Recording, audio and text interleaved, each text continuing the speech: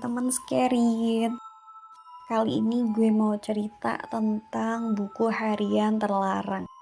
Tapi disclaimer dulu, nama yang ada di sini udah gue samarin semua ya guys, jadi bukan nama asli. Oh iya, sebelum lanjut ke ceritanya, jangan lupa subscribe, like, dan komen ya. Oke, jadi ceritanya itu ada di sebuah desa yang mana desa ini dikelilingi hutan yang lebat guys. Dan di desa ini ada seorang remaja namanya Rani. Dan Rani ini dia sejak kecil selalu mendengar cerita-cerita menyeramkan yang mana cerita itu adalah tentang sebuah buku harian yang tersembunyi di rumah tua milik neneknya. Jadi konon katanya siapapun yang menemukan dan membacanya akan mengalami kejadian mengerikan. Singkat cerita, suatu hari Rani ini penasaran banget dengan cerita buku harian tersebut. Nah, rasa ingin tahunya nih nggak tertahankan lagi. Jadi setelah mendengar banyak desas-desus tentang buku harian itu dari teman-temannya, Rani akhirnya memutuskan buat mencari ke rumah tua milik neneknya. Dan dia memasuki rumah yang sudah sangat tua, penuh dengan debu dan terbengkalai karena emang sudah nggak terurus gitu kan. Nah, jendela-jendelanya pun udah mulai pada retak guys. Di dalam rumah itu tuh Rani nyari buku harian yang sering dibicarakan sama banyak orang. Nah, di sini Rani sambil lihat-lihat koleksi lukisan yang udah nggak terurus lagi.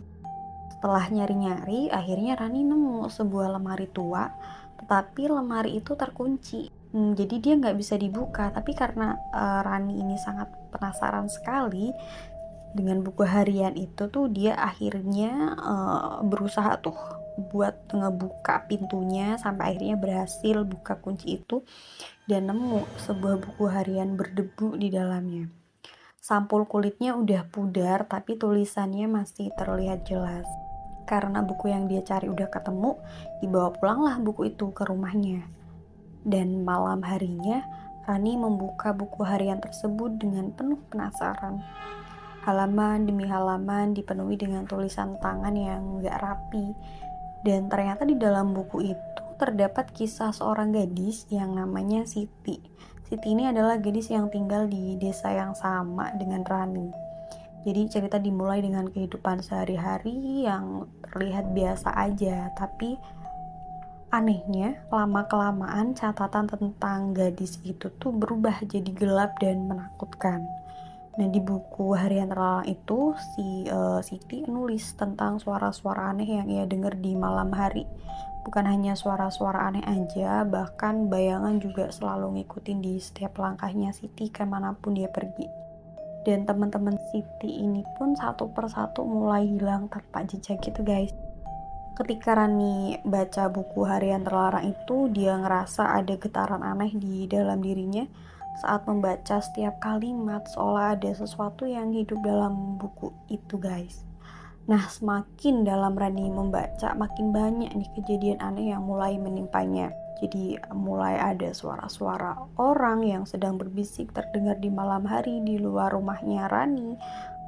Dan gak hanya itu aja, bayang hitam juga terlihat melintas di sudut-sudut ruangan rumahnya. Dan ketika Rani tidur, dia selalu mimpi buruk guys di setiap malam. Dan teman-teman Rani pun mulai menjauh, seolah mereka merasakan ada aura gelap yang mengelilingi Rani.